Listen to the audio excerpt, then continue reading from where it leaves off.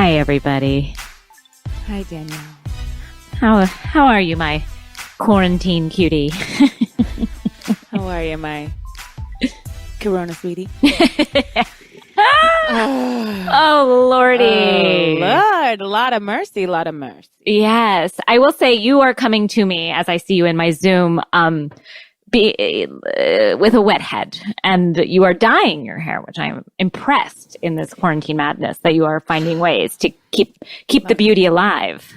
Look, as we know, my face is my fortune. My hair is my gift. It is. Your bangs are your buck.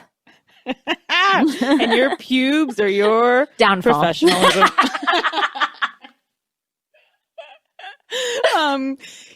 Danielle, I'm zooming my brains out here for like major interviews. And so my hair person dropped off my formula and it's not been great. I mean, I have patches of just pure gray everywhere, but I'm trying my best.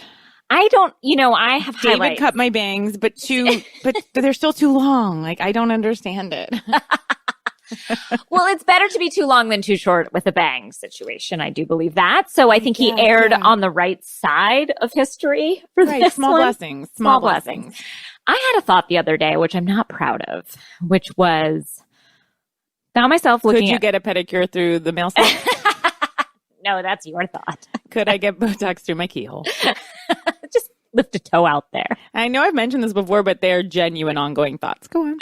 This is a thought I had as I was looking at myself in a Zoom, which I have to do a lot often lately. And I thought to myself,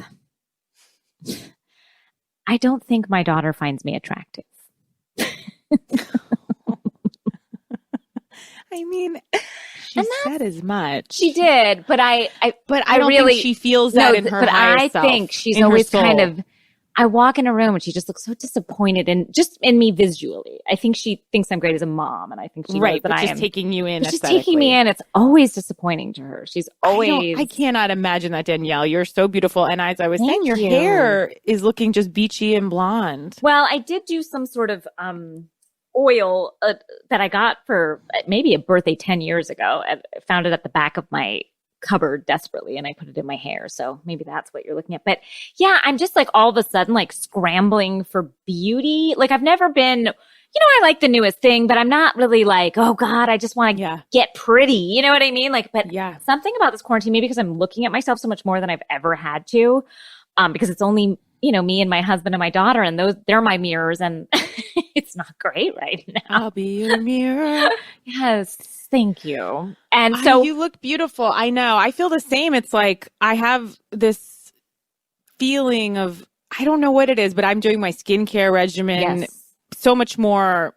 I don't know. I'm scrubbing religiously. I'm like, and it's just trying to get to something and some control and try to maintain something and not lose something during this time. It's a lot. And believe me, I know that there are more serious things going on in the outside. Of course there are, but that's not what we're talking about. No. This is just, it does, I think, manifest in these little ways where just little things. I'm like, well, if I can keep doing X, maybe I can hold on. Yes. Or like I looked on Amazon and like have in my Amazon cart or whatever, like a non-essential item. So who knows when it will get here, but like one of those like, laser things that like you just roll on your face and who knows if it works. Honestly, way that's overpriced. Is that essential? Do you have one? Are you working with one? I don't, but I find it essential, and I'll be trolling tonight, on my fucking Ambien. I've been Ambien texting people, Danielle. What are you texting? What are you getting my at? dear friend Jessie Klein last night. What should have been an email. David said that's 30 feet long. What did you say? It was a social distancing length text. I was like talking to her about a project idea, and it was the ramblings of a mad woman. And she very generously this morning was like, loved your fun text. It's just like I'm taking Ambien, not all the time, but when I do take it, I know I'm going down the hole. Yeah.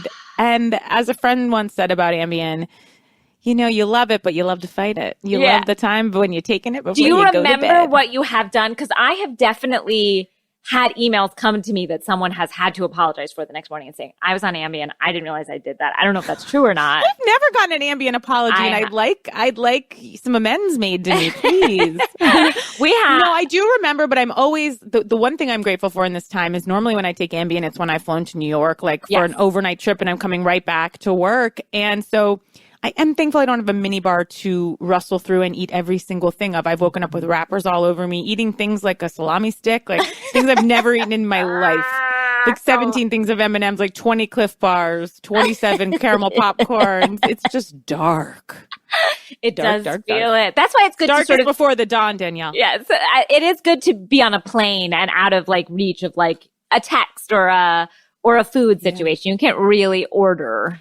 Now, whenever I do take a Xanax or an Ambien on a plane, and again, this is because I flew back to New York 17 times last year for work, and I was flying home, like catching 9 p.m. or 11 p.m. flights to get back to my kids. And so it happened so many times that I just have gotten so comfortable saying to my seatmate, you know, and these are the good old days on airplanes, I'd say, hey, listen, I'm taking something. Please, please just like rustle me awake if we have a water landing. Say, please don't forget about me. I go, you might not be able to get me up at first. That doesn't mean I'm done. Yes. I have personally, like, I'm a fearful flyer anyway. So I don't like to be I don't like to be on something on a plane. It's too hard for me. I need a sense of control. Like, I'm going to do something. But my thing is, like, if we go down, I'd rather not be there. Yeah, I hear that. I definitely hear that. But you'd like a moment to collect your thoughts and say your goodbye. I'd like a moment to be like, maybe I can save this plane. Maybe I can pull maybe I can send that one last text. Yeah, or maybe I can pull a Captain Sully Sullenberg and land on the Hudson and really, I'm the hero. Yeah, I'm the hero of the plane crash nightmare. Like, I'm like, okay, I'm gonna. I will say, maybe you're smarter than everyone because, as you know, I tend to be a more front of the plane type of person, and I'm not proud of that. And I'm wearing JetBlue mint socks right now, Danielle. How dare you always say? Wrapping JetBlue mint. But the front of the plane goes down first. No, I mean, I've chosen that for myself. I don't mean like God ordained me. No, I know. Although, as June says, some of us were born queens. Anyway, she means queens. She means queens like royalty, not queen. I know that I know my place. No, but you've decided your place, but you're smarter than all of us because you've saved your money and you're smart. As Melissa Gorgo once beautifully put it, I'm smarter than everybody. I'm going to give my kids that Amazon box of shit for her birthday and pizza for everybody else. And you guys, and the rest of us. And the rest of you're going bankrupt for sure. I'll tell you, Danielle, I had another big, emotional low in the teen 2 nights ago when at midnight a huge earthquake struck LA and my entire house shook. Did you feel? I didn't even feel it. Danielle, oh my gosh, I was up. And you know what? It was only 3.8, but it must have been closer to me because last year the 5.71. Yeah, as you know, I was having sex when that happened, and we all remember that. This time I was not having sex. I was Ambien texting my brains out, and I felt so scared. Danielle, I was just like, I can't take one more thing. Mother Nature is just saying, like, you guys. And this is midnight on Earth Day. On Earth, she's like, here I am. I did not feel it, but my husband said I got up and was like, and I don't remember this because I have been drinking wine quite a bit before I go to sleep. There's literally every day a wine glass and bottle by the bed when I wake up in the morning, which is not a great look. Most people don't bring it into the bed. Yeah, I bring it into the bed. I'm like, why do I need to get out of bed to be drinking?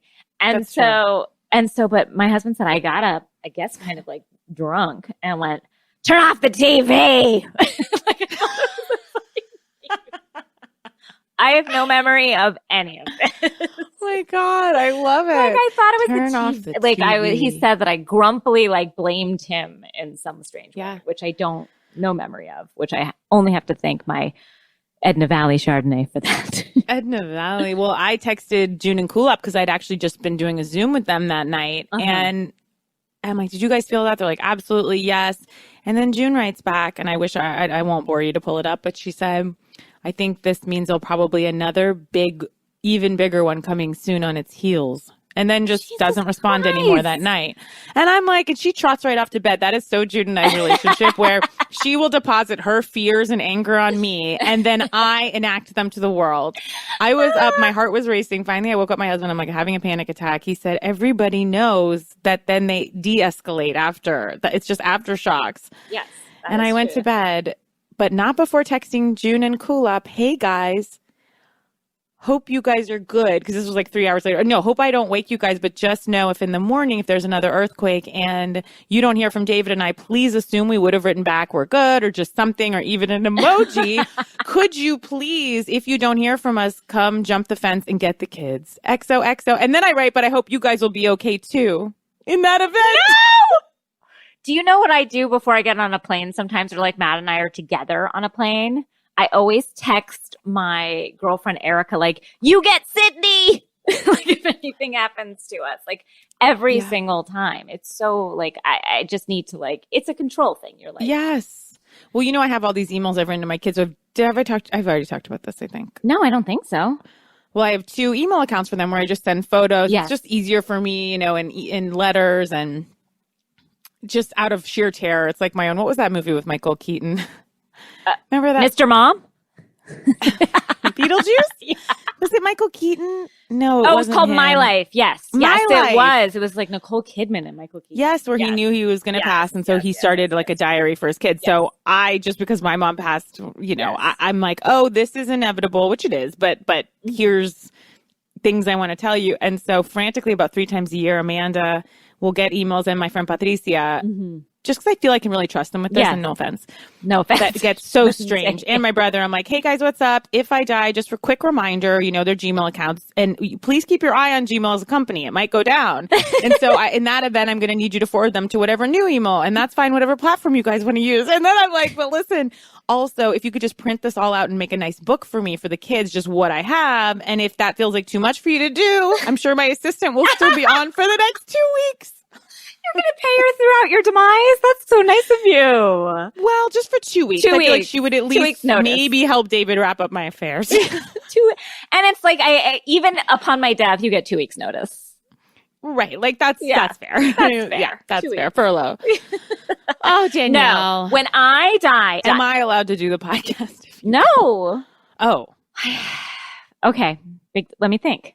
Okay. I would want you to continue on. I want you to continue on so wholeheartedly. I'm like, please, and find a great co-host. But I don't want you to replace me. So you have to go alone. Okay.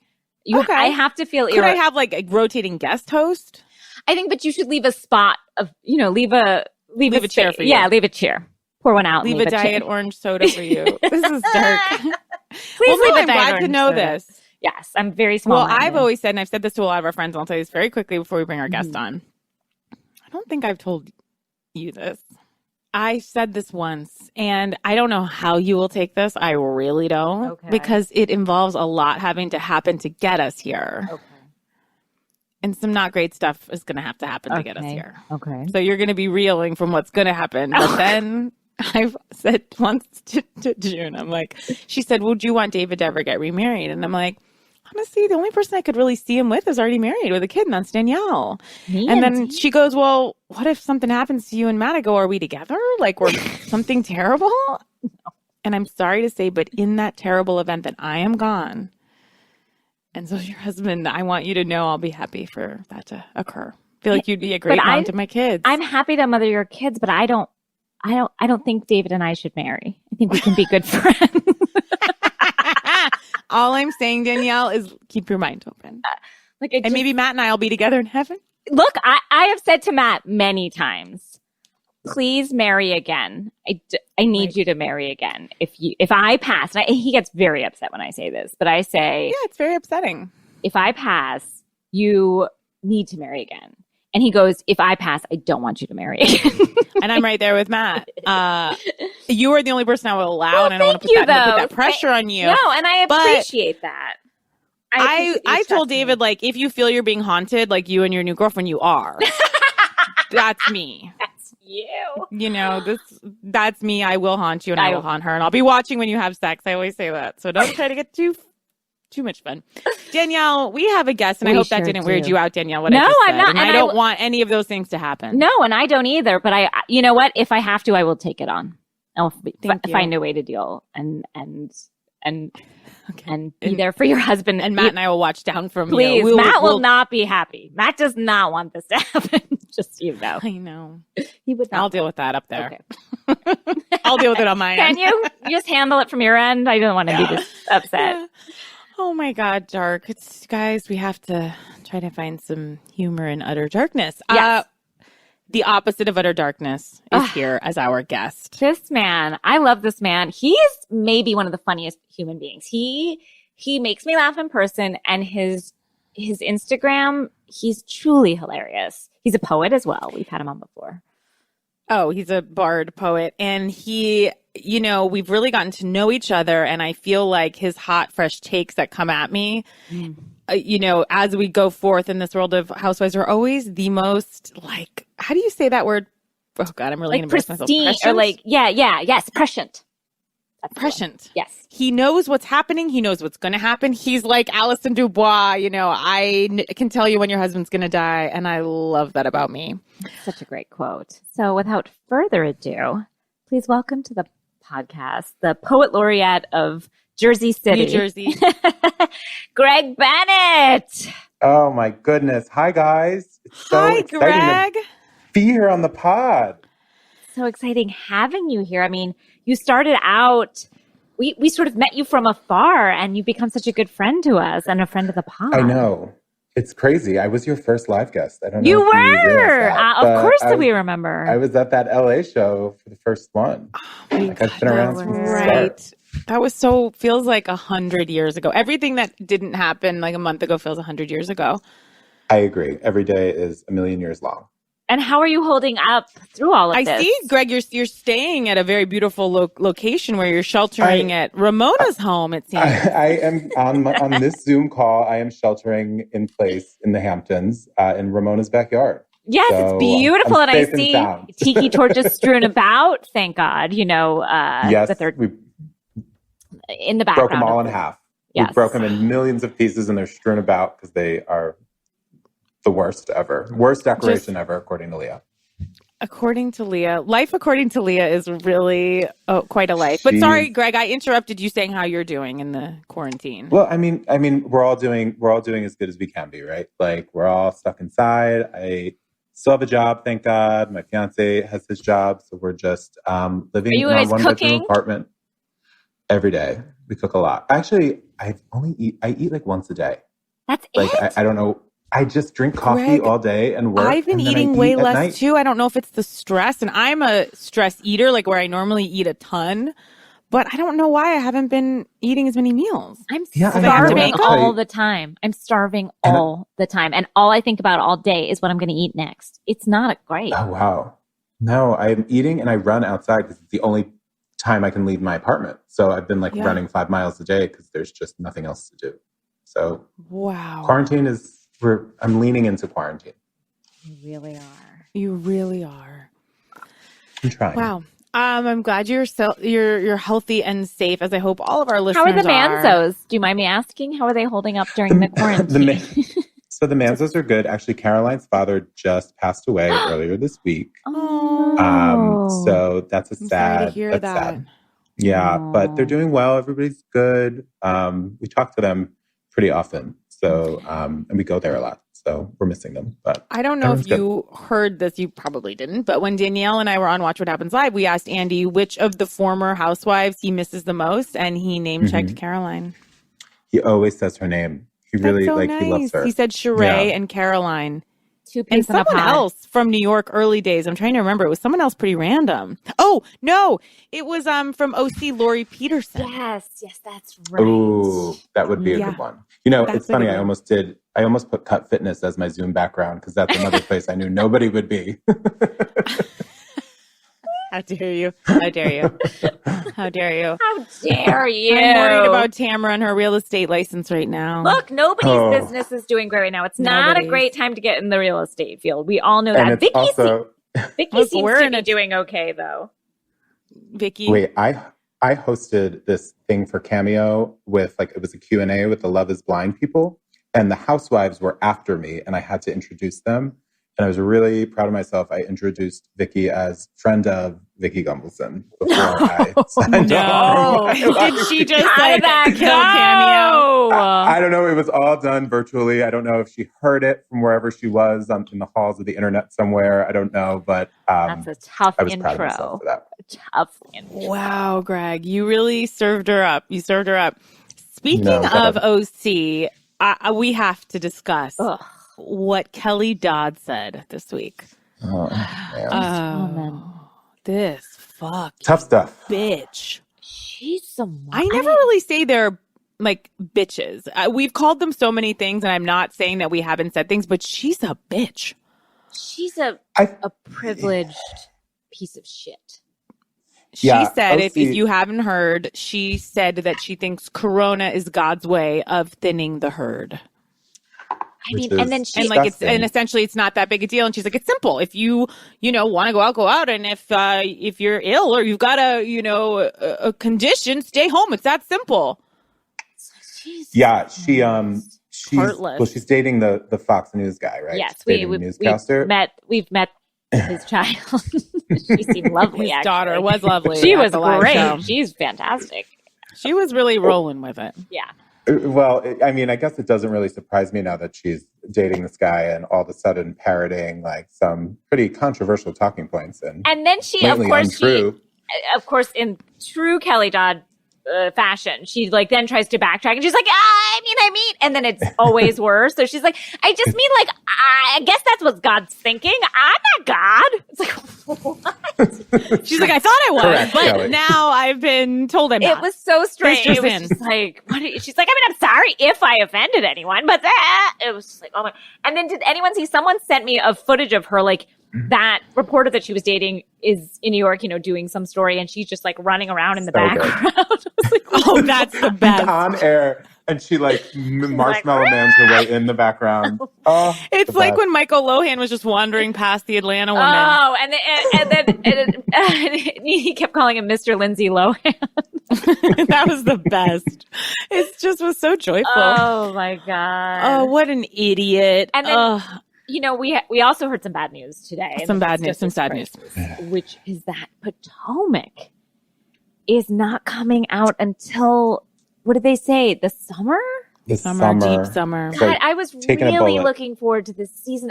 And I'm sure it is to make it as perfect as it could be, but sometimes I'll take a C. I'll take a C- in these times, and I'll call it an A. Because I really needed some Potomac right now. I honestly, I think we're really lucky to have Beverly Hills and New York being as strong as they are on at the same time. And you know what? Spread it out a little bit because we don't know. We don't know how long Greg. We're going to have fresh content. So I can live with it. I'm sad. It's a bummer, but you're absolutely right. Where are we you. then? We want instant gratification, but yet we should be happy with what we have, which is just two firecracker cities going back to back. And the fact that I just did Andy's radio show and he taped today the Atlanta Zoom union. Zoom union. Wow. Yeah. I did ask him, and I just put out my own 2 cents. I said, I'd love to do a little segment where the women can't figure out Zoom. Let's just see everyone trying to figure Zoom. And then let's figure out who buckled down and got hair and makeup done. These are the things I'd like to know. I'd really like to know who found a way to get some hair and makeup in there. Well, I saw a photo floating around of a picture taken of a monitor of all of them on the Zoom from today. And it appeared that Nene was sitting on the floor in front of her unmade bed. I don't know if that was the case, but no, Greg. That's very Nene to be I don't give a fuck. I'm home and you're going to really see home, in fact. Yeah. Yeah. Oh my God. Guys, where should we start with New York since it's fresh in our minds? Yeah, should we take a break and come back and do New York? Absolutely. Yeah. We're back. We're back with Greg Bennett. New York. Thank God. Man. Thank What a fucking God for New York. Thank you, Jesus. I think I saw John Oliver say that the trailer for this week, at the end of last week's episode, should screen at Cannes Film Festival. I don't disagree. I don't disagree with any that. Of should it. be yep. Absolutely, it should win an award. It was award winning. It was. I mean, from the jump, from when they're on with Lou. And they're saying, come back. And she's mad, but then she comes back. Like, it's so... She left so many times over the course of that weekend. And then goodbye from the lower level. Then when they're all sitting on that huge couch together, and Ramona's so contrite. Yeah, I've never seen her that contrite. So I was shocked by that, but I also realized something. Bethany's always the one who's hosted these weekends away, or Dorinda. But like when they go to the Hamptons, Bethany like refused to go to anybody else's house but hers. So now Ramona, I think she's trying to lean into that like mother hen hostess role. To get us back with that game last week. Like tell me something vulnerable, and then she brought it up again this week and made Luann play. She only has so many tricks in her bag. I prefer the Hamptons to the Berkshires. I prefer the Hamptons. I feel way less claustrophobic here. I love that we can dip into some other old white parties. I just love Ramona's house. I feel very safe here with the tennis. It feels like Dorinda said, it's got everything anyone could need, and that's how I feel. Agree. And honestly, I would say on the lower level, I don't care if it smells like dog. I know. It looks very cozy. I would not. I don't like the lower level. I refuse. Okay. I would want to. Even being from Florida, I just mean that because there's like water bugs and stuff. Yeah, but I feel like I've been in people's basements too many times, and I know that cold air conditioning smell. Yeah. And I can't. I mean, God bless if you even have a basement. I don't have one, but. Yeah, I hear that. I'm so used to it with my dad's house. I'm just like, that's where I would belong. It's interesting we have the reverse feeling about airplanes with the basement, Danielle. I do not belong in a basement. Guys, between the tennis pro and the dog groomer, I've never laughed so hard in my life than Luann's behavior with the dog groomer. Wait, but can we first talk about Luann hitting on the tennis coach? Her saying, well, maybe I'll be here. Maybe you'll fall in love here. And he goes, no, I do not think so. She's like, you're single. It was wild. It was. She's never looked better. No, she looks fit. She's gorgeous. She's having a great season. I'm all in on Lou. I know you. I've always been all in on Lou. But like, yeah, well, we know, Greg. Right. I know. I've written 3 poems about her. But with Bethany gone, I think she's really just kind of stretching out and refinding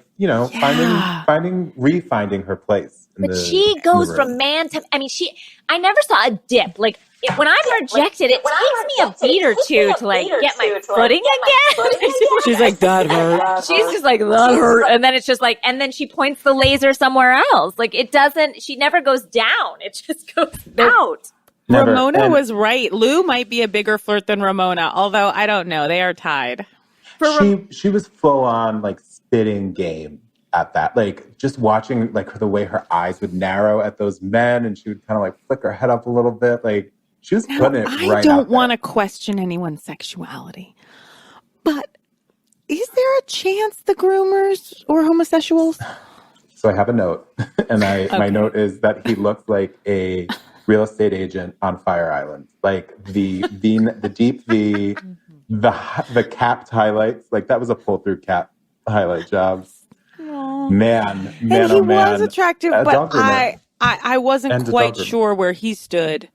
But for her to then, for us to see Luann being like, we're washing the dog. To see her helping a man wash a dog, something that was so out of the realm of, she didn't know how to wash that dog. She was just patting it hard with water. I've never seen her help do anything, much less wash a wet dog that is not hers in a sink. It was and it's like she fell off the horse with the tennis pro, and she got right back on with the dog. She didn't. I felt like she fell seconds later. She fell on the horse and then landed on a mini horse. When God, it was not even a beat. She's just I applaud the confidence. I applaud the ability to move on. When God closes the door, he opens the window. That was when she managed to get a shoulder massage from the dog groomer. And then how about when Sonja inexplicably then just lifted up her dress and let just let her behind be just blown? So I don't know I don't know. I mean, I guess she said last week she married the bank and now she just doesn't care at all. She doesn't care. Well, she also said this week. I mean, she cares deeply, but I don't think she's trying to make us think that she doesn't care. She said to Tinsley, obviously her and Tinsley have a thing. And she said to Tinsley, but this I thought was a shock. She goes, "You were a trophy wife. I worked hard. I was gardening. I knew where the shoe repair was." Wait, she did not say I knew where the shoe repair was. Yes, I did not know she didn't. I must have been laughing so hard after Gardner. No, Danielle. She said, "I know where the shoe repair. You don't know where the shoe repair in the Upper East Side." Yeah, she did. No. Yes. Just the whole episode bringing Tinsley down with her, right? Like at any moment that she got yelled or scolded for talking about the man that she was married to 20 years ago, she would pull Tinsley right back to, well, she married a Mortimer, so same thing, right? I'm like, no, Sonja, it is not the same thing at all. It was so insane. And then I did appreciate Leah finally stepping in and being like, I think she's upset, Sonja, because you keep getting deeply offended, and then just simply saying it right back to Tinsley. She didn't seem to understand that. She was like, no, it was different. I knew where the shoe repair was. Well, she has that blue jasmine fog about her, right? Like she doesn't live in the same world that we live in. So Greg, I don't think you can get a point across to her. Greg, I've been trying to pinpoint it, and it's blue jasmine. And I never knew that until now.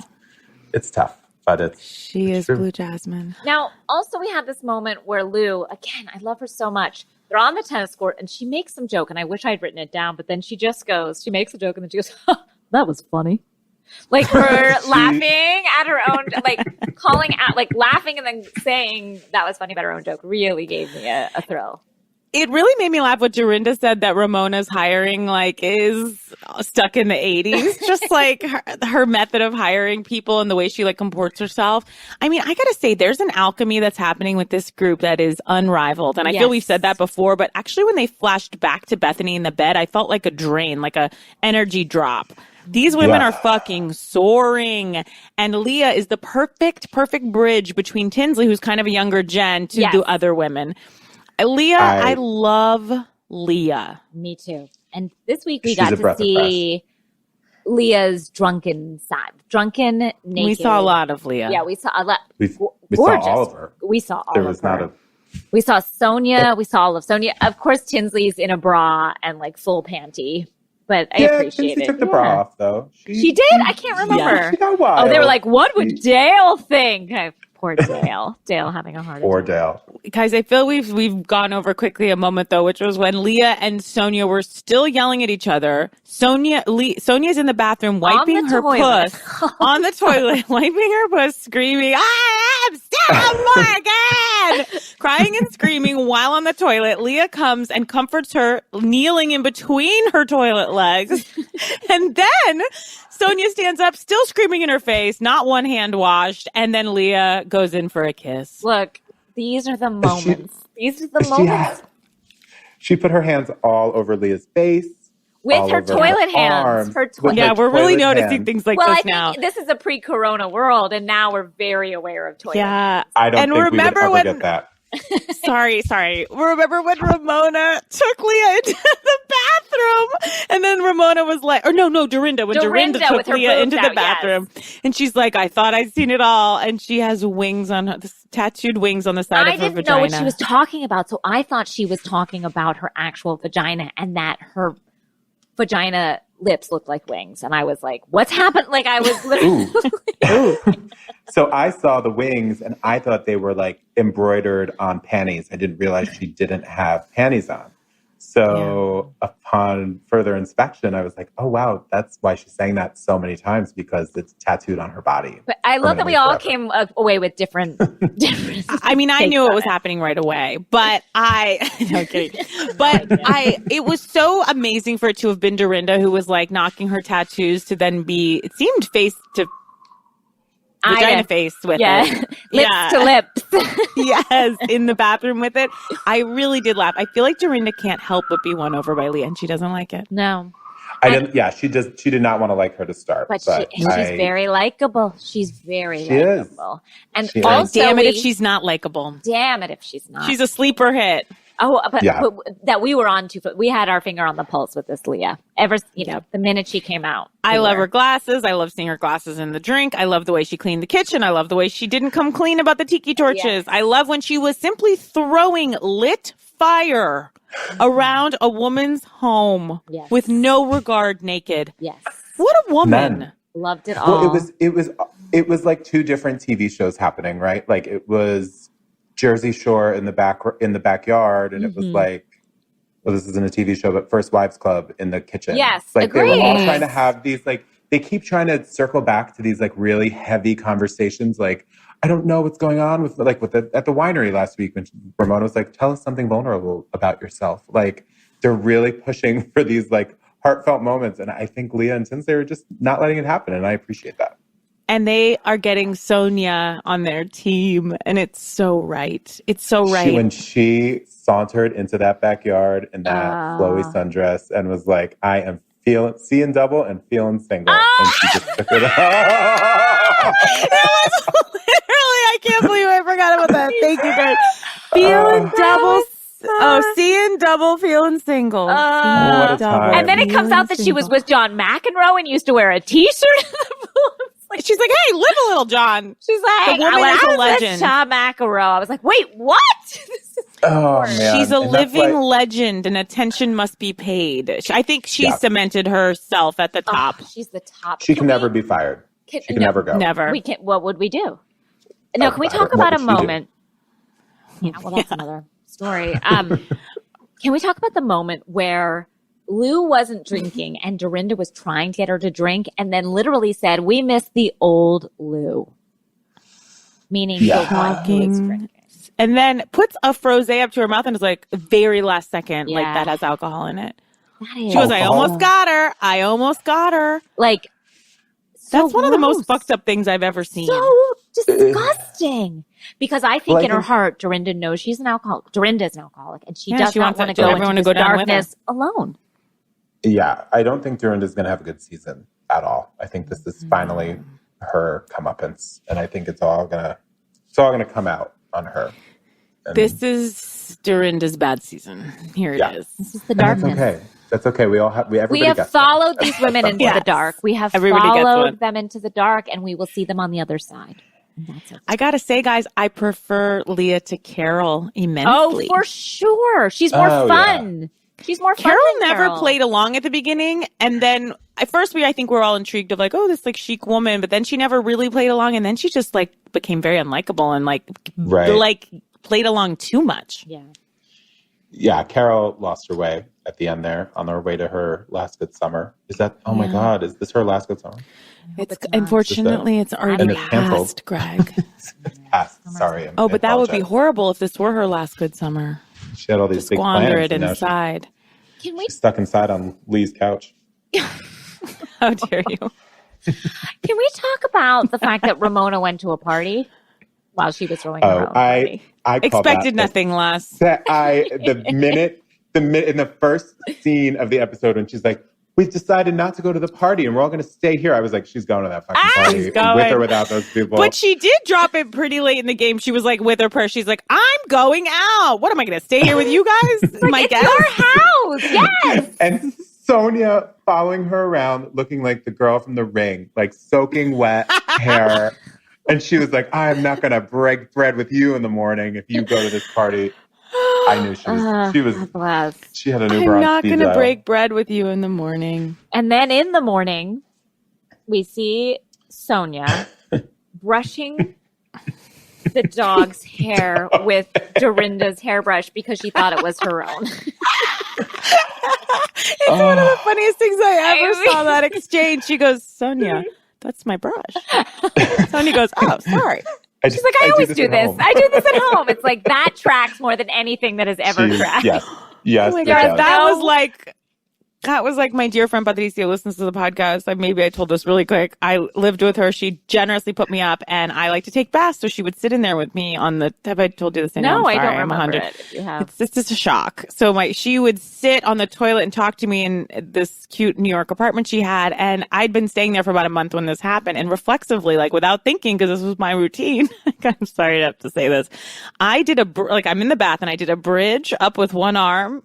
So I'm like, my whole body's out of the tub so I can reach up and grab some soap off of her like sink thing and wash my vagina with it. And she goes, Casey, that's my face soap. No, you have definitely done it. Cinematic parallel. And she knew at that point that you had been doing that for a month. Every day. It was like, I didn't even have to look back, It was like if you throw like salad tongs over your shoulder, like where your sink is. Just whatever is the move that you have to have made 100 times before to land it. And she had been washing her face with that soap every She goes, Casey, that's my soap. It was a tough moment for everybody to process. But it's also like, what was I thinking? That's disgusting. It's so upsetting. So upsetting. Anyway, I could just really relate to Sonia in that moment. Yeah. Also, it was amazing when Sonia said to Tinsley, she goes, "Don't call your dogs fat. Oh. Don't tell your dogs they're fat." Guys, we're so lucky to have these women. I'm so grateful for them in my life right now. I agree. I want to say that I thought Ramona handled the morning after a lot better than I expected. Because, I went into that being like, this woman has, shit on the floor of vacation homes. And she rips sconces off the wall. She asked Heather Thompson if her house was a garage. Remember? And then she had air conditioning brought in. I know that was Sonia. A demon from hell. She's the worst house guest ever. Truly. So to see her really take that in stride, she put them all to work, which is never not. Classic. But Leah played Ramona, it beautifully. It was literally seemed like Leah's childhood. there's her mom that came in. There was Leah, knew she was caught, but is smart enough to quickly clean up and then take the fall. I think Ramona was just as they would say, touche. Respect. All right, respect. Now, speaking of childhood, there was a dark moment, a dark peek into Ramona's childhood when she was like, I feel like taking the strap to guys like my father used to do. That, to me, was like, we just got, a real lens into why she is the way she is and what happened there. Very upsetting. Yes. Yeah. She's had it. She had it rough. And yeah. Not to. And now she is rough. No. She is a demon from hell as a result. Okay. Demon from hell. She really is a demon from hell. Now, have you been watching her workout videos with Avery Singer and Boca? No, I was all into them quarantining together at the beginning, and now I'm just like, fuck. Is Mario still at there? At the beginning, I feel like I'm not getting enough Mario content. I don't know. He's probably down the street at Mar-a-Lago. Ugh, gross. No, really? No, yes, they love that. But I do want her and Mario back together. They have a sexual tension. I do too. They're both monsters from hell, and I think they belong together. Yes, that's the love story. And that's the New York love story. Yes, that's followed us through the seasons. Yeah. Now Ramona announced this. Oh, sorry. I was going to say, I think it'll end with them getting married. That'll be the end. Final episode of New York will be Ramona and Mario remarrying. You know what? I'm there for it. I will shed tears. Tears. I would be so thrilled. And you know who I don't want at that wedding? And I'm sick of seeing her little punk face is Elise. Do we have to see this Elise anymore? I'm all set with Elise. Thanks. I do not need She has Elise. a crazy backstory. What?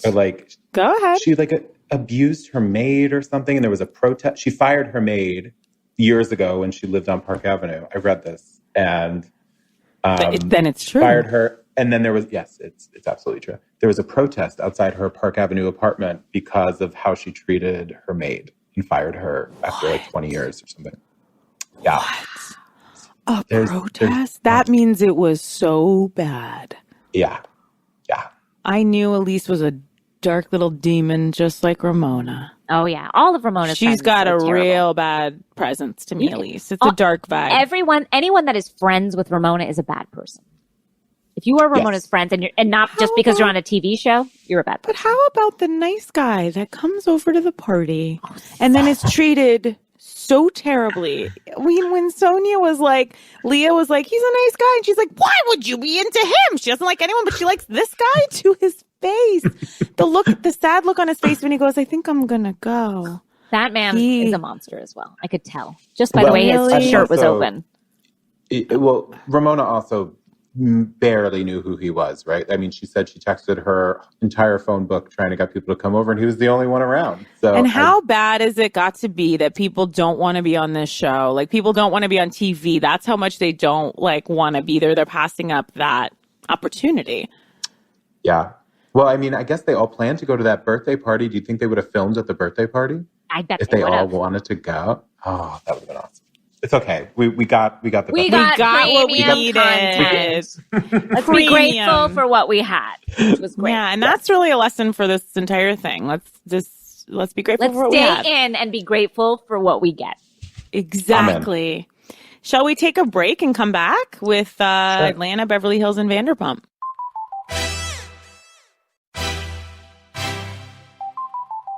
We're back. Should we do Atlanta? Yeah.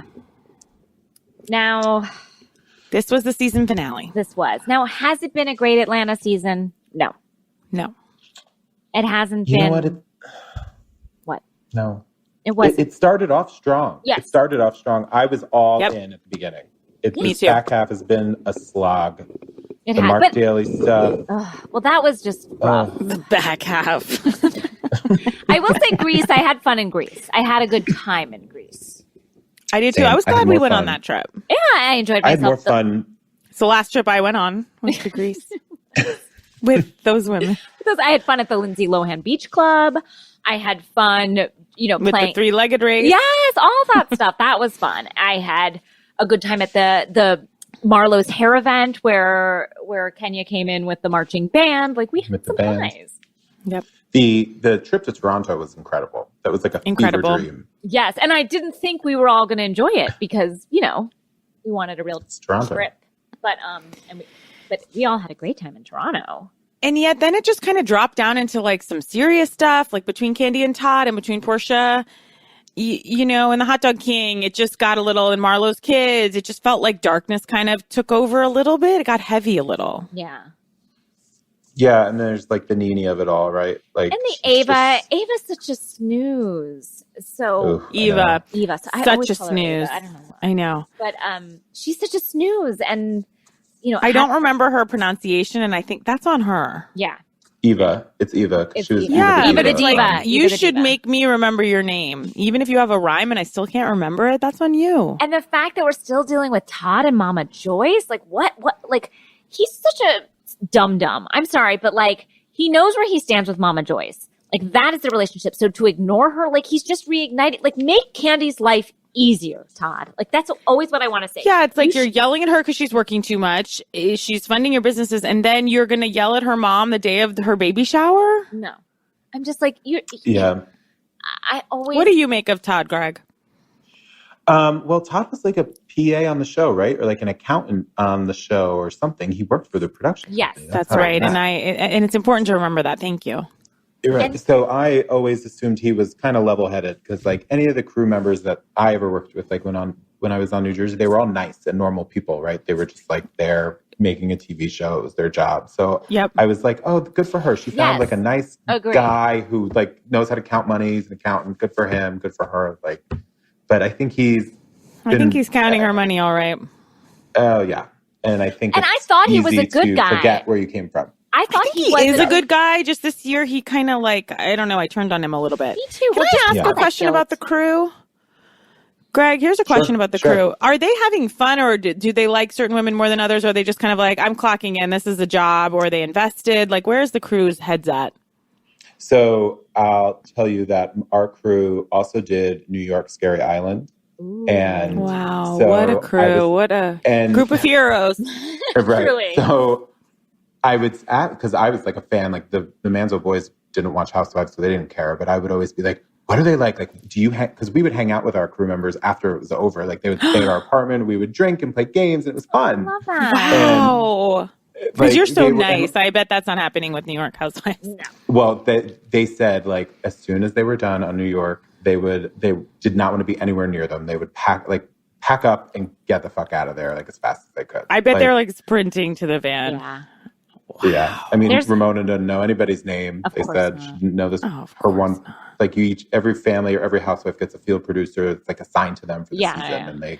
Yeah. I don't think her producer, or she didn't know her producer's name by like the end of the season. Well, and we'll talk about this with Beverly Hills, but those field producers are playing a bigger role in Beverly Hills. I'm loving it. I love loving it. Voice of God. Let's fucking go full on 30 for 30. This is some documentary shit. I love it. It is. Love it. Because it is a documentary. That's the Mills how serious Brothers. I was like, woo. And we'll talk about Beverly Hills later, but that scene with Dorit and PK. No. Okay, let's please. Okay. Like, we need to save it. I'm getting a chill. Me too. I'm truly getting a chill from that because that was. But these men and women are heroes. These crew members are amazing. Yeah, amazing. They are. And I'm so glad you had a good experience and friendships there because those New York women, there's no way that they're not. Can I ask a question I've always wanted to ask? And I don't know if I want to break this magic, but I would be curious for myself.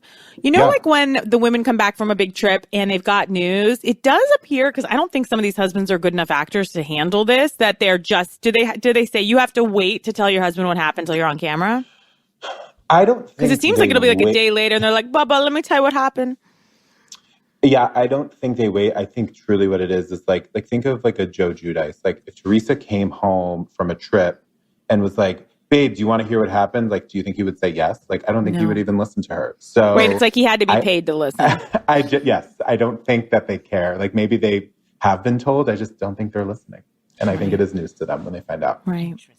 But I literally like walk in the door and I'm like, this is what happened. Like I literally same like a normal human being.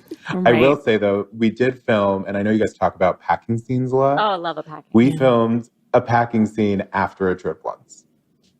Wow. Okay. Yes. Wow. Yeah. I'm gonna allow it. I'm I'm gonna pretend I didn't hear it. I can't. Yeah. I think I'm gonna set it and forget it. Set it and forget it. I'm glad you told me, but never say that again. Never break that magical wall again, please. Thank you. After we just asked Greg.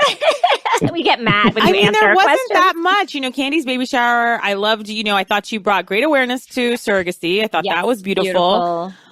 I don't know, though. I'm interested to see the Zoom reunion. Of course, I'll be watching, but I don't feel like we got, a ton. No, I was just thinking, I love Portia's relationship with her mother. Like, I think that's a beautiful relationship on the show. I really appreciate that. I thought Nene so nasty for saying that stuff about like Kenya's marriage. And she's like, I'm not saying this. I'm not saying that. But saying it, like that stuff with Wendy Williams was true, Nene. That scene with Wendy Williams, which now they're having like an epic fight about because Wendy's like, I filmed your fucking stupid show and I let you have that, Nene. It's amazing because I think in this hierarchy, Nene's normally always at the top, but to see her, she has to play. Yeah. She's under Wendy. Yeah, she is. Like Nene goes into Housewives thinking she's Ryan Murphy Nene, but Wendy Williams does not consider her Ryan Murphy Nene at all. She considers her Atlanta season 1 Nene. Old nose Nene. Old nose Nene. Wow. That's a rough examination. And then, honestly, the most shocking thing I learned was at the end when it's, when the titles and stuff come up for the end, they said that Mark and Kenya were in couples therapy. That better be just working out co-parenting with Brooklyn. Yeah, but I was just surprised that they're even speaking because that seemed like in a really bad place. So I know, but I've read that she's open to reconciling with him. What? I feel like I've seen that floating around. He has a hold over her and it's mirroring the love she didn't get from her mom. Like, it's very dark. I want her out of that relationship so bad. He's a bad man. He's not worthy of here. And how could she watch this season back and want to continue? I don't get it. I think it's got to be either her or Nene next year. I don't think there's a world where the two of them can coexist on that show anymore. I don't know. I think it's just, I think Nene takes up all the oxygen in the room. I'd pick Kenya. Yeah. And I love Nene. Same. I love Nene, but I don't know that we have story in Nene anymore. Where I think we have story in Kenya. She just, no one comes back funnier than Nene, though. When someone was like, Kenya's like, you spit on me. And Nene was like, I did not. If I wanted to spit on you, I would have. Like, she's just so, like. She's hilarious. There is no doubt. There is no doubt she's hilarious, but I don't know. Yeah, I don't know. But you're right. I don't think we can have both. I don't think there's enough. No. I think Bravo's like all in on Nene. I think they love her. I don't know why. I just don't get it anymore. It's not for me. Guys, I do get it. You met her and hugged her, and now I know. But it's She's not about guys. I always support my friends. I always support my friends, but it's not even that. It's just she so genuinely makes me laugh. She's hilarious. My husband was watching with me, and he's like, "These women in Atlanta are so head and shoulders funnier than any other franchise. Just genuinely funny people." No one's funnier than Portia. Portia, to me, has all the best lines. She cracks me up like nobody else. She should be writing. Portia's a star. Oh, star. Portia is a star. Well, I'm looking forward to the Zoom union. Me too. You never know what we're going to get. Our first Zoom union. So I'm excited. Again, during this time, hopefully our last, and we'll take what we get and we won't get upset. No, that's something I say to my child all the time. Okay, I will send. I'm sorry to keep talking about Andy, but I'm in such an Andy place right now in my heart. And he said something that made me truly guffaw. He said, on the radio show, he said, I was like, yeah, I mean, I want to see, like I said, all the women in the Zooms and how are they going to figure it out? And he's like, I've had, so many housewives now. He's had them on Watch What Happens Live via Zoom. And he goes, I can tell you the Wi-Fi situation for every housewife. He goes, I know who's got bad Wi-Fi and who's got good Wi-Fi. I was like, what a detail you never thought you'd get, but that we need.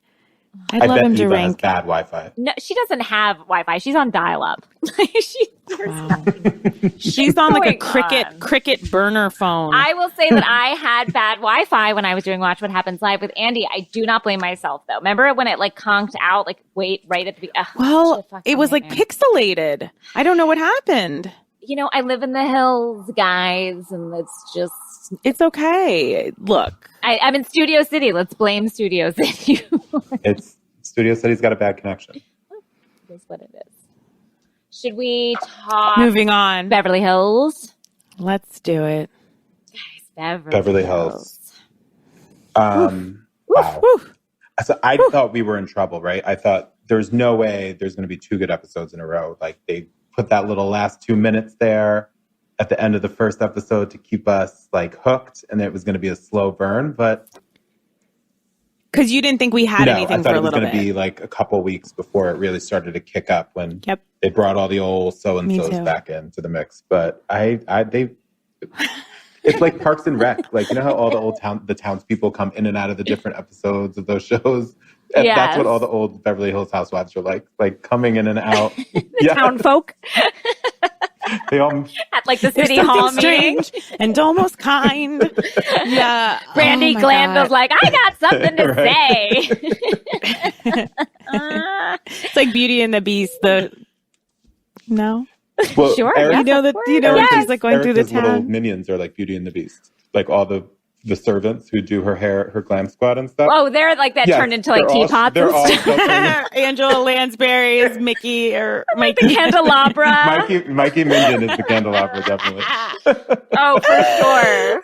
God, they're all sheltering in place together. Oh, for sure. There's no way that they're not all sheltering together. And guess who's not sheltering in place with them, Mr. No, not for sure. Not. He's like, they're partying too much. I need to stay safe. I am an elder. I do want Mr. Girardi to be very safe during this time. I know. Please, he's in like a bunker somewhere. That's why I don't want them sheltering. I would like Erica and the minions to be somewhere else. At her office. Because I don't know what's going on. But yes. Guys, I love the relationship between Erica and Mr. Girardi, though. She was so emotional. What was going on? When she was talking to Garcelle, I think she did kind of recognize in that moment how wonderful he had been to her son. And I think him doing her Chicago contract, it was all very emotional. And I was crying both times. He's her father, guys. Yeah. I mean, it's very simple. he's her father. And when he said, I'm proud of you, and she started crying, it's like, she can leave that marriage now. Like Daddy said, he's that's proud. All she's ever wanted to hear. Now, and I don't doubt that they have love. It's not that. No. It's like just a partnership. They do. It's like they do. like a nice friendship. Yes. I don't know. Like yeah. But I would even wager that they have sex. I believe years ago it was sexual. Sure. Yeah. But not now. Guys don't think? No, I just don't think it's there. I don't know. She was so fucking pissed when Garcelle was like, what's the sex like? And she was struggling. She was like, it's like she could. Okay. She goes, let me finish my food. I've never seen her knocked off her game. I know. Like that. She was like, ugh. And that's why that was like, a real moment of truth. I feel like that was a moment of she's truth. really like taken the notes that we were giving her the past 2 years, I want to say, right? Like, yes. She wasn't opening up enough. She was ice cold. She was this and that. I think she's a little more relaxed this year. She wasn't around enough. Right? She was on tour, Yes. touring various. She seems really sweet with Garcelle because I think she's a fan of Garcelle's. I think when Erica's a fan of someone, same way she was with Denise, I think she's a fan of their work and respects them, and she always treats them better when she's sort of like a fan of theirs. But I also think she senses, which I think she's right about, Garcelle's on the level. Yes. And Garcelle's cool, and I think Erica very much responds to that. Yes. Garcelle gets it. And I have to tell you, I had read about that email that she wrote to all of CAA, Creative Artist Agency, about her cheating husband, but I really touched down with it again this week, and it's the best. The subject line. What was the subject line? What a Tiger Woods. Jesse James. And it was like a bunch Mike of people Nylon, who were cheating her husband's name. Yes. And Mike Nylon have in common. To send that to his coworkers, what a woman. I don't think I realized that what had happened when she had seen the text message and then asked him, and he said, I've been cheating on you for 5 years. I would have. With those two beautiful boys. How do you cheat on Garcelle? Because you're a piece of shit and you're a dumb You're a piece of shit. She's perfect, I feel, in every way. Gorgeous, smart. The development that she's moving into, it kind of reminds me of like the Breaking Bad development a little bit. Maybe it's because it was unfinished and it's still under construction, but all of it, the neighborhood itself was a little. It looked a little too cold. Yeah, it was not. I was like, I want people to be here. I want it to feel lived in. That you have neighbors. It wasn't glam at all. I felt it was warmed up by Allie Landry, the Doritos. Not Landry, sorry. Of Doritos. Yes, Allie Landry. Of Doritos fame. Who was cheated Mario on by Lopez's Mario former Lopez. wife. Yes. Oh, right. They were married. I forgot. I don't know. I all I wrote is like, I didn't know we were getting Allie Landry. Like that was just like a thrill for me. Personally. I do really want Garcelle to find love, and I want Erica on that. Same. I think. Let's all find Garcelle love. She deserves it. Let's all send light to that. Now, go ahead, Dan. Go ahead. Oh, so I was just going to say, I'd like to touch down now on PK. Because when she's in that like newsboy hat and they're being interviewed together. And they're getting gum out of a little tin like foil that they have to push through. Asked a serious question about their finances and about are they con men. And she takes out like an Altoid case and hands him one and then hands herself. And they chomp on the Altoids as they are answering these questions. I love them.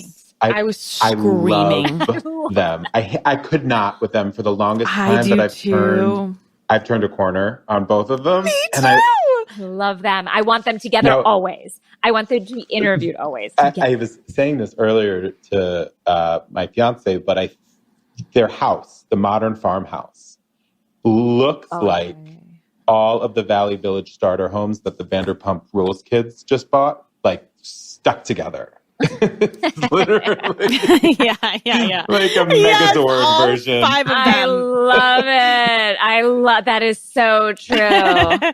It really did. Now getting into their finances was hard to it was still kind of hard to drill down on it. Don't have the producer. We know nothing. No. And we're never going to know anything. We have nothing. We are not any clearer. It was like in DC when they kept asking Michelle Salahi, were you or were you not a Washington Redskins cheerleader? And she goes, was I a cheerleader? It's like, but were you? And she goes, I was and I wasn't. It's like, which one? Are you broke? how do you have your money, Dorit? PK was in real estate, almost had $1 billion business, and it crashed. Yes. Like, I can follow all that. And she's like, yes, that is true. And then she's like, and it's also not. Yeah, I was just trying to follow it. They were eating mints. I didn't know which way to look. And then she had the Gucci headscarf wrapped around her bun, and I lost the plot. That poor producer listing off all of the accusations that have been levied against them over the years. You're a con man. Your house is not in your name. You aren't who you say you are. You've been shit. The best was when he was like, but the house is only in your name. Is that correct, Dorit? I was like, fuck, he's putting them on trial. Yeah. Someone was like, you don't let them out of that room until you figure it out. And he comes out and has a cigarette. And he goes, I can't break him. He's like fucking Claire Danes in Homeland. He can't get it out of him. Is your house in both of your names? And he's like, I wish he would have said yes. I know. I wanted it. I was dying for him to pipe in with yes, but I don't feel like he felt like he could sell her out like that. Oh. Guys, but where is Dorit getting all that money from? Her businesses? She gets family money. Yeah, she's from Connecticut. But Greg, but to buy a $7 million home? Yeah, I don't know. I don't know where. She's not getting paid that much money for this show. No, she's not. For their lifestyle, all that fashion, all those people like that are doing the Dorit brand, like that's a lot of money that goes into the upkeep of He's Dorit. got to have like offshore money or something. Like when he was in the UK, he was like on a reality show in the UK, like a Shark Tank or something. And he was like a notable businessman over there back in the day. So. Okay, it's saying right now he's worth $50 million. I don't know what to believe. I don't think they would have moved into that house if he was worth $50 million. In March 2012, he filed for bankruptcy. I don't know what to believe. But how can you be then worth $50 million if you file for bankruptcy? Like, don't you have creditors you have to pay back? And it's like some. I don't know, guys. It's like the Panama Papers. Like we'll just never know. We'll never be able to trace it back. Well, us and Brian Moylan will be Woodward and Bernstein. My God. But I'm with you, Greg. I don't care. And I really, really have a love for them. I love them. Love for PK, guys. I never thought loved them together. I have a love for them, yes. I loved that moment. I loved all of it. I was so appreciative of it. That's what I feel so much grateful. I'm so grateful to these highs of these moments. Like they really keep me going. And another moment I was grateful with, but I was also like, I hate this person so much, was Teddy and her passive aggressive, terrible invite to this awful thing that nobody wants to go to. Why is she a housewife? So very Teddy. Why is she a housewife? Why isn't Sutton a housewife instead? You know what I wrote down about Teddy? I was not the right fit for SNL. You are not the right fit for the Housewives. We all must move on and know our strengths and get the fuck out. I don't know why it made me so angry. It's like, yeah, it doesn't all work out, CD. Like move along. Like you're not right to for this. Charleston and be on Southern Charm or something. Like maybe. Exactly. And if they're not taking you off, it's like you need to take yourself out. I honestly put it on her. If it's not the producer, she should know that we don't want to see her. And also it's like, when you have an event that nobody wants to go to, you should know. You should. She never strikes the right note. Never. Screen. And then she says, I don't care if you come. And they're like, well, then why are we going? Like, we don't need to be here either. Like, this does not sound fun. Yeah. She's the least fun person. Yeah, she has major. Even though these people are being paid to attend events, they won't go. No. Yeah, they're being paid and they still won't go. That's got to say something. She has like. They get screen time and they still won't go. They're like, we will give you screen time. They're like, I'm not interested in your screen time. Like Lisa Rinna, who will do anything on screen. Wear a diaper. Is like, nope, sorry. Yeah, she's like, I got to go do a diaper commercial. I can't. But then all the things that Teddy said to them, anyone who's going to come and be a pain in the ass, don't come. People are like, again, we don't want to. She's like, it's not a situation where everyone coming will lift me up or anything. Again, they don't want to go. I can give you my word, not coming will not upset me.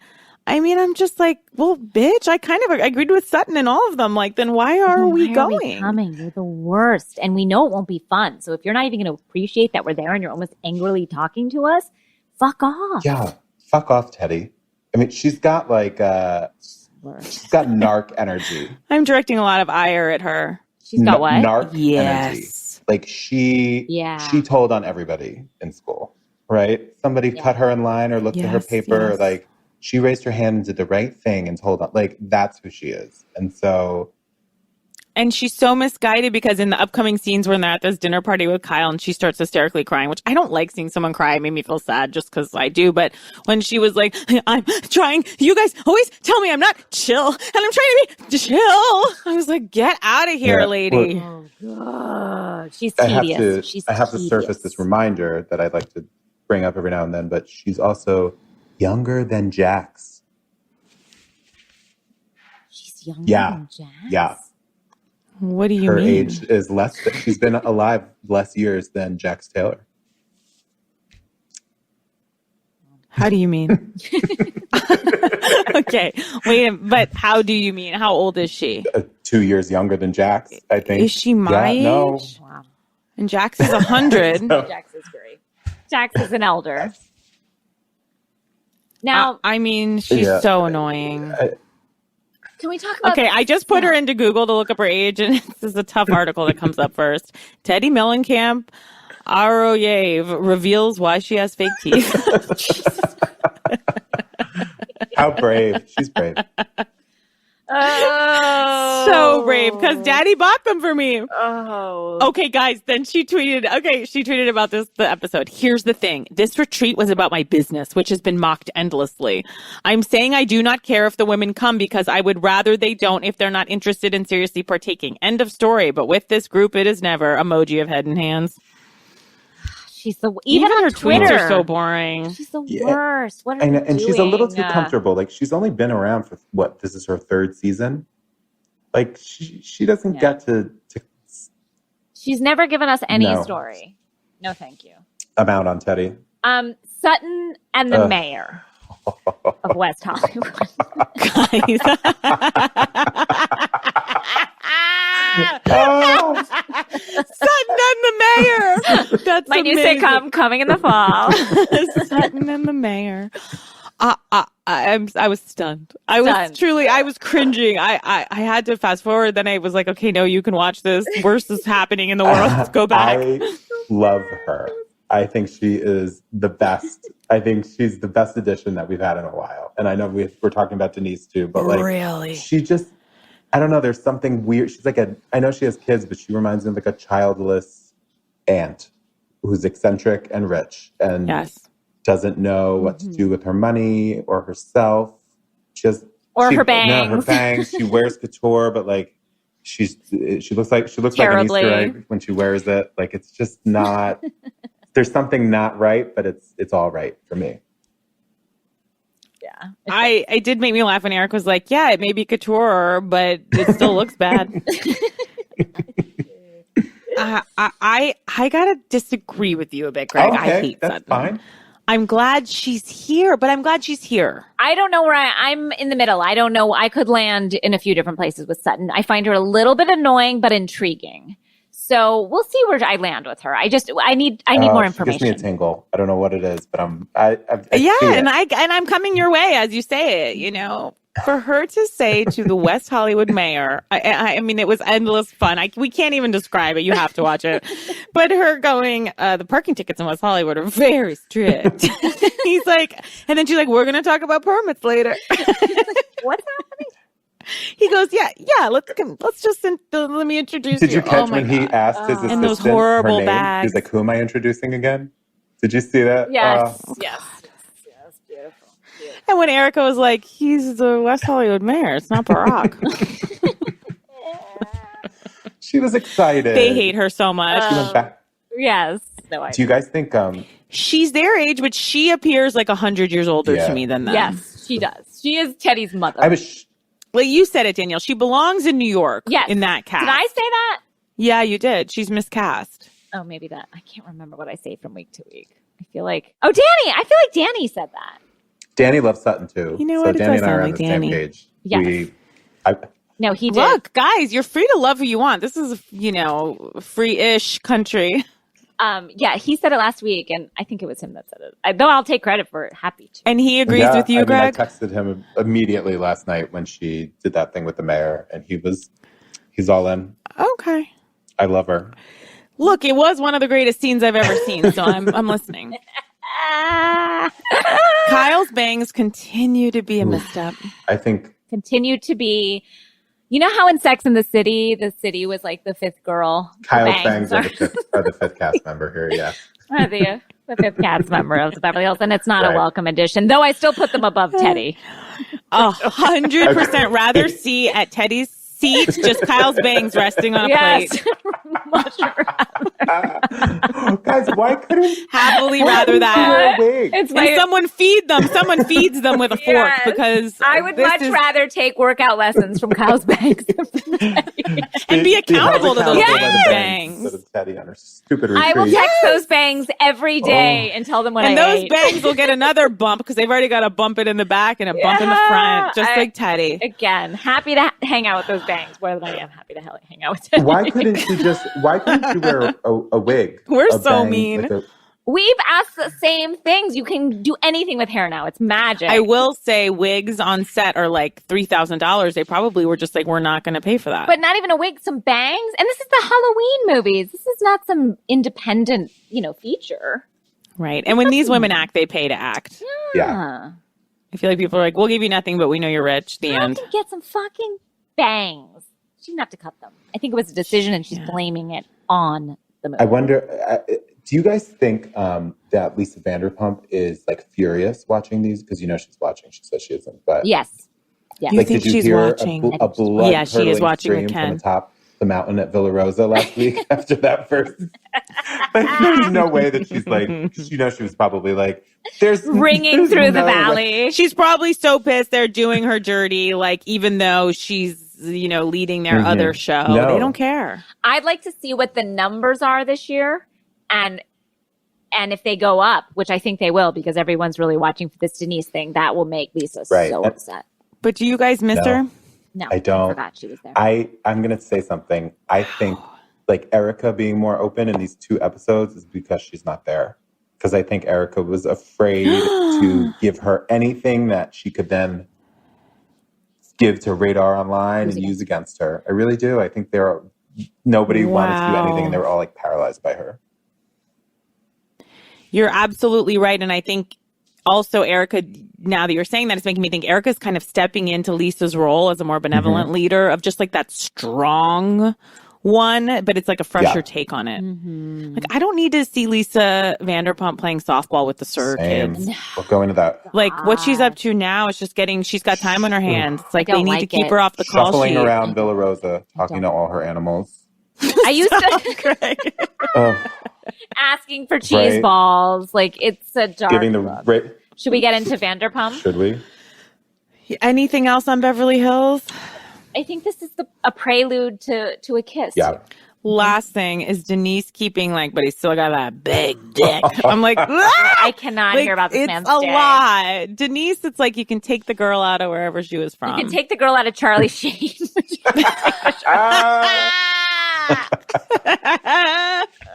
That's so good. Oh, God. That's so funny. Oh, that's funny. Truly. Wow. Truly, truly, truly. Should we take a break? Yeah. And go to Vanderpump? Mic check, mic check. Wait, I need my one. All right, y'all, y'all ready? Mom, you ready? Lauren? See? Get off your phone. It's time to start this podcast. I'm Portia Williams, and I brought my mom, Miss Diane. Hey. And my sister, Lauren. Hey, y'all. On my new podcast, Portia for Real. Now, you guys have got to admit that when watching us on The Real Housewives of Atlanta, the moments with my mom and my sister are pretty funny and sweet.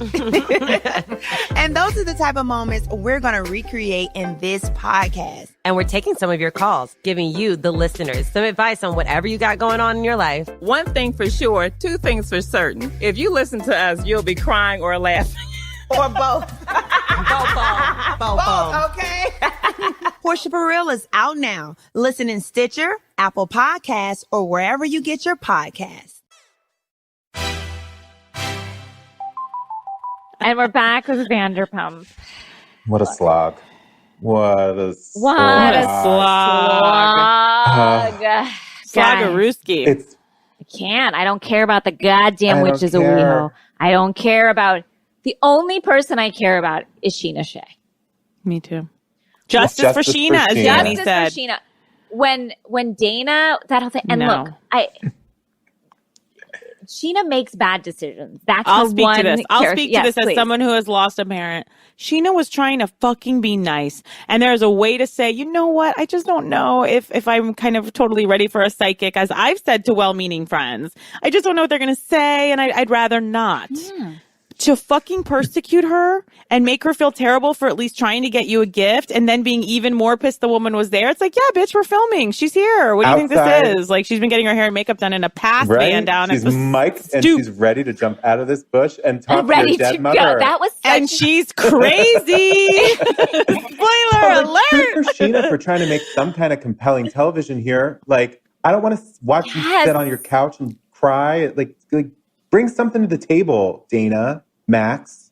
Yes. Whatever their names are. And Sheena is the only one. I thought Dana was so rude. Am I wrong? Nasty. I thought, what a bitch. Me too. And Sheena was trying to connect with her because Sheena has been like, Sheena was really trying to make a connection with this girl. Guys, I love Sheena. Me Same. too. I've really turned around. She's like the Dorit of Thank you, Danny, for starting that. I've turned a corner with Dorit. Now I've turned a corner with Sheena. Me too. She was the first one to buy a house, and they didn't even show it, apparently.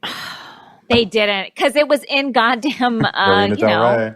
Marina Del Rey. The crew was like, we'll do anything for love, but we won't do that. Yeah, we'll go to the Valley, but we won't help our asses to Marina Del Rey. Sorry. They're like, we all live in the Valley.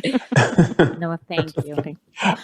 Sheena Shea of Marina Del Rey. Sheena Shea of Marina Del Rey. She should be the mayor of Marina Del Rey. Oh, I would vote for her in a second. I would move there just to vote for her. And her campaign poster just has that sunglasses rack. She should be the Grand Marshal of Marina Del Rey Pride, if there is one. Oh, they are assholes if they don't do that. They are idiots. And her constituents are her eggs. As a woman who has gotten her eggs frozen, as have I. Like, she's really making a mountain of this. Wait, guys, when she said, the doctor wants me to really take it easy, he said no twerking and, no dancing at the nightclub, so I can't go out tonight. I was like, what? I can't go to Nightingale. I can't go to Nightingale. Because it was Dana's birthday. For the Witches of WeHo party? Is that what that was? Oh, it was Dana's birthday. I can't remember. She was at the wine party because she was watching Stassi and Bo. She was talking about like some club she wanted to go out to and like twerk. Oh, no, you don't want to know how bad the show is? We all just forgot that they went to a club for Dana's birthday and twerked. That's and right. James Kennedy came and he was sober, remember? Yes. Oh my God, it's you guys. 4 different shows. That's I forgot that scene. It's 4 different You're right. TV shows. and 3 of them are terrible. Yeah. I want James Kennedy. And just the Sheena Shea show. I want James and I want Sheena back in the mix a lot more. Yeah. I want James back. What do you guys care? It's like we've never penalized anyone for being an alcoholic before. No, we accept and we welcome. Right? And the rest of them, look at Schwartz.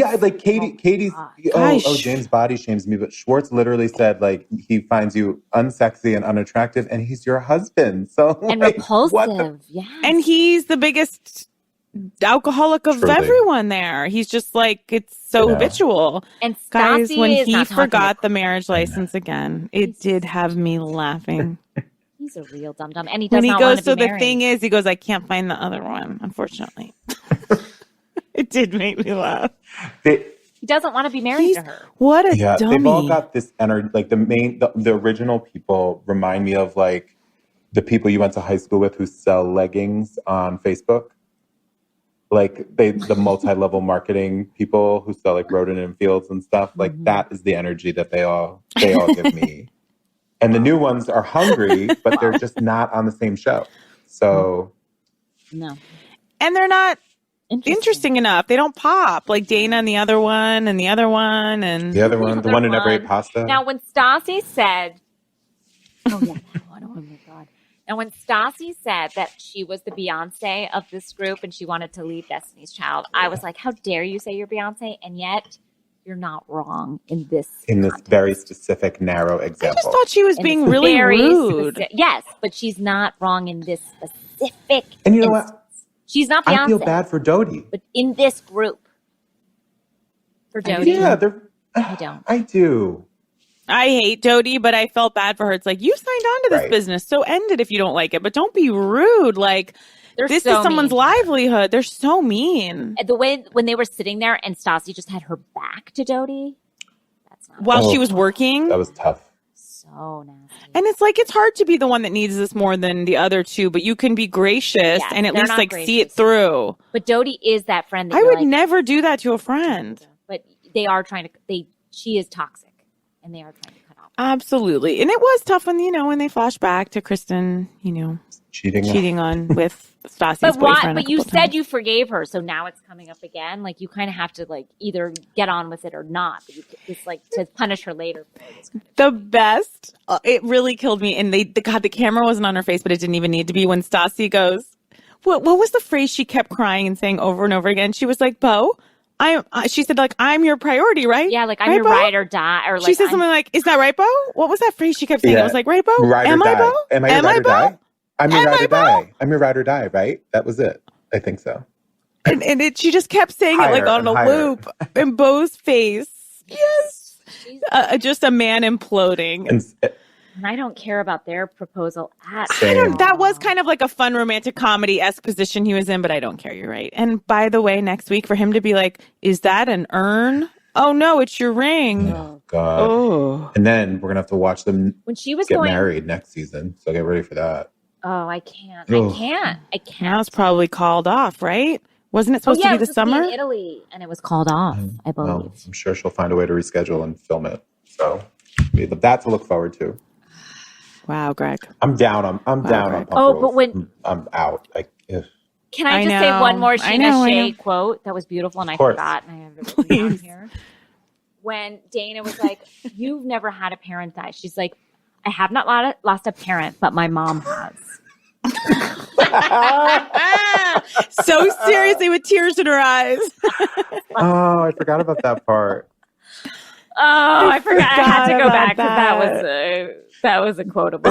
That was really nice. That was really good. Sheena sitting in the background at the Witches of WeHo party when Stassi was losing her shit, and Sheena was just like perched in the little booth behind her, just making eyes, just adding some color. Always perched and color. Always adding in that flavor. World of black and white. She is just color. She is color. And how about Kristen standing there just like with her mouth open during that whole thing? It's like, you know what's happening tomorrow. Help get this back on track. And he goes, can you help me? And she's like, yeah. Kristen is a fucking idiot. I'm sorry, Katie. That's who I meant. Katie. Yeah. When Katie wasn't even helping and they're like imploding and he's proposing tomorrow. Katie gives nothing. How close were Bo and Kristen before this? Were they good friends? What were they friends from? Like, how do they know each other? Do we know the content? I can't remember. Like an acting class? I mean, and also for them to be such good friends, but only to have Stassi to have just met him, like however long ago she met him. If they were such good friends for so long, how did she like never hear about him before that? I don't know. But Stassi's just so jealous. She no matter how like evolved she gets, she's still so damaged from her mom that I don't know. I was just like, he's a nice guy, and I think he was trying to kind of. I don't know. I kind of appreciated the way he handled it. Yeah, no, he did well. I just thought that quote that someone told us on our podcast. I want to say maybe it was Anna, or maybe it was Deanna, but just with Stassi, what's hysterical is historical. I felt that. Wow. And Bo's mom's a therapist, so maybe she can unpack some of that. I'm sure she's watching this just like horrified. Yeah, he's pretty even keeled. Like he thinks he's like, so funny and cute, and that's annoying, but he's a good guy. Yeah, I think he is a good person. I do want to say that my absolute favorite part of the whole episode this week is that Jax and Brittany weren't in it. No. Yes, where were they? Were they on a honeymoon? Who cares where they were? Who fucking cares? I didn't even realize they went there till I saw Brittany in her fucking sweatshirt in the coming up, being like, what happened last night? Gone. They must have been on a honeymoon, right? Testing it out. Maybe a world without Jax would be just, Or I wonder, is there any world in which they're like not supposed to be in all the episodes or not being paid? You know who else I didn't miss? And I know I like her, but is Ariana. Oh, they weren't in it either. Right. I guess I didn't. I guess maybe I did miss them because it was a terrible episode. It was just a bad episode. And Ariana's not there for content. She's never. It also feels like we've had 27 of them. Oh, we've had so many. So are we going to have to Zoom that reunion too? Oh my God. Sure, unless, it's going to be just like little tiny up. squares in the whole, it's going to be like the opening scene, but they're all just in like their little, their heads are floating. Thousands of little squares. There's so many. Poor Max, the other Max, child Max of Lisa Vanderpump will be like, "Hey, everybody!" Hello, Mom. Click. And they just like pull them off. She's like, "Here we go." Meanwhile, He's like, "This is the first time I've seen you, Mom, in the quarantine." Meanwhile, Pandy is like in a huge square. She's like, "Everyone want to try my rosé?" Guys, before we go, Greg, is there any other kind of pandemic binge watching you've been doing? Anything you want to recommend? I've been watching a lot. You've always got your finger right on the pulse. Little Fires Everywhere. Just finished that last night. Is it good? Is that good? Get into that. It's great. I read the book. Will I like the movie? I didn't read the book. I heard the ending is different than the books was. But it was great. Reese, incredible. Kerry Washington is doing a lot of acting in it, but she was still like, she's intense. It's a very intense show, but it's great. Highly recommend that. Unorthodox on Netflix. Have you? Oh, I heard that's amazing. Is this a reality show or no? I'm recommending like scripted content. See, I was hoping it was reality. Me too. I was like, no, see, I was hoping it was reality, and then when I went to it and I saw it was scripted, I was like, "Oh, can I follow anything scripted right now?" It's only 4 episodes, and we've been we watched it on Monday nights, and we pretend like it's not all available to kind of space it out so that we have something to look forward to. That's how good it is. It's also heavy, so it's like, can we really binge watch like 4 episodes of this girl running away from her Hasidic family? What else? I want to recommend an old Bravo show in case they do a marathon or you catch it. Princesses Long Island. It was one season wonder. Oh, it's the greatest one of all time. I love Princesses of Long Island. How dare they not bring that back? Princesses of Long Island, I felt was relatable. Like I know those people. You were those girls. I were I wish I was those girls. I didn't have the money or wherewithal to be those girls, but I have the desire. You're so right, Greg. That is one everyone. If you have not watched Princesses of Long Island, it'll go down nice and easy. To watch that. Where can we find that? I don't know. I haven't been able to find it. I don't know if it's on the. I'm not paying for it, so I'm going to wait until they put it somewhere. Maybe Bravo scrubbed it off there. No, I would like to say to Bravo, this is the greatest time to bring that back. I think open up the vault, Bravo. And there was another one season wonder called Game of Crowns about adult women who participate in adult beauty pageants for women. Oh my God, Greg! I'm going to watch that. There's a woman named Lynn Diamante, and she owns a sunglass line. Like it had everything. It had everything. Thank you. Lynn Diamante sounds perfect. I love my friend Blair has gone back during this time and watched Jackie Werner's. Ooh, that's an oldie workout. What was it called? The workout? Was that the workout show? She said she's just touching down with it and finding something in it right now during this time. I like that. Yeah. People have also told me to go back to Millionaire Matchmaker. We'll see like Leah. Yeah, she's on it. Someone said Leah was on it and stuff. But you would have to. Wow. I've been watching the 20s on BET. It's amazing. It's Leah Waith's show that she created about her life in her 20s. It's so fucking funny. I'll check that out. I haven't been watching anything. I Like Black AF. Have you guys seen that on Netflix? No, I haven't. Kenya Barris's new show. It's really good. And God, I was reading something. I thought, you know what I started, but I haven't finished. That is kind of cool. Do you remember? It was like this course at Yale College called the Happiness Course that has been like the most requested course at Yale. No one could get in. It's this scientist, this female scientist taught this course, and she put it all online for free. And it's actually fascinating. You take like personality quizzes, and it's all about what you think will make you happy doesn't, and how to up your like happiness quotient. And it's actually kind of, you can do it in bite-sized courses. And I'm a Yale student now, and it's actually really cool. Here we are. This is where we're landing. I knew we were going really somewhere. Cool. And I'm surprised I'm doing it because they list your like 22 attributes, and whatever's at the bottom are like things you should work on. And mine at the bottom was just curiosity about anything, basically. That's tough for it to be your like last attribute. You're not a curious person. That's just plugging that just for fun if it's kind of interesting. Wow. Yaley. Go Bulldogs. Oh, gross. Gross. Who are you, Lorelai Gilmore? How dare Are you you? starting to make donations now so that your boys one day down the road can, so you don't have to Lori Loughlin it? Well, I've photoshopped some photos of them on a rower during this time. They're young, but they're on a major crew team. Oh, guys. Greg, anything else? You're always This a was joy. fun. You are a delight, a I'm joy. honored. Hold on, Greg. Can I take a photo of you in front of Ramona's house? Yeah. I wish I had a tiki torch I could just throw. It's so good. And I do want to be invited to you guys are. You're invited whenever we fucking reschedule it for after coronavirus. It's going to be great. Well, I'm sorry that it had to be rescheduled, Greg. We'll live. Hopefully, right? Well, as long as we live, we don't care. You will. We'll be fine. Yeah. You guys will be there. But it's still disappointing.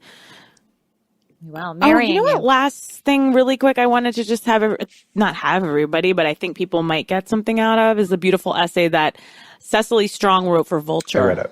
About losing her cousin in this time. It's really beautiful. And that's it, guys. I'm not doing. Greg, you're a delight. Thank you so much for having me. I'm honored to be here. I listen every week. I'm a big fan. So it's a dream come true. Oh my gosh, you're the best. And maybe after this season, you can think about only if the spirit moves for another poem for Lou. It has to come naturally. We've got to see where we net out there, where she nets out this season before I put pen to paper because I need to. I know we have to be inspired. And I want it to flow. Right, it's just going to come out one night. I want it to flow. We'll see. Yeah, but just keep it in your mind. Maybe if the spirit moves. If the poetry comes to you. As a mom from my preschool says, if it feels joyful. Good night from the lower level, everybody. Good night from the lower level. There's a vibrator in the chicken. Yes. And thank you to Jordan. Thank you to Earwolf. Thank you to Greg. Thank you to Casey. Thank you to myself. As always, you always end on thanking yourself. Well, I love that. I'm most grateful to me. Be your Thank own you, light, Danielle. Exactly. I am. I shine bright. She is. She's a beacon. I shine bright. Bye, guys. Bye, everyone. Bye, Hope you're Sheena staying. Shea. We love you, Sheena. Bye, Sheena Shea. We love you, Sheena. Justice for Sheena. And we hope everyone's staying healthy and safe. Yes, please.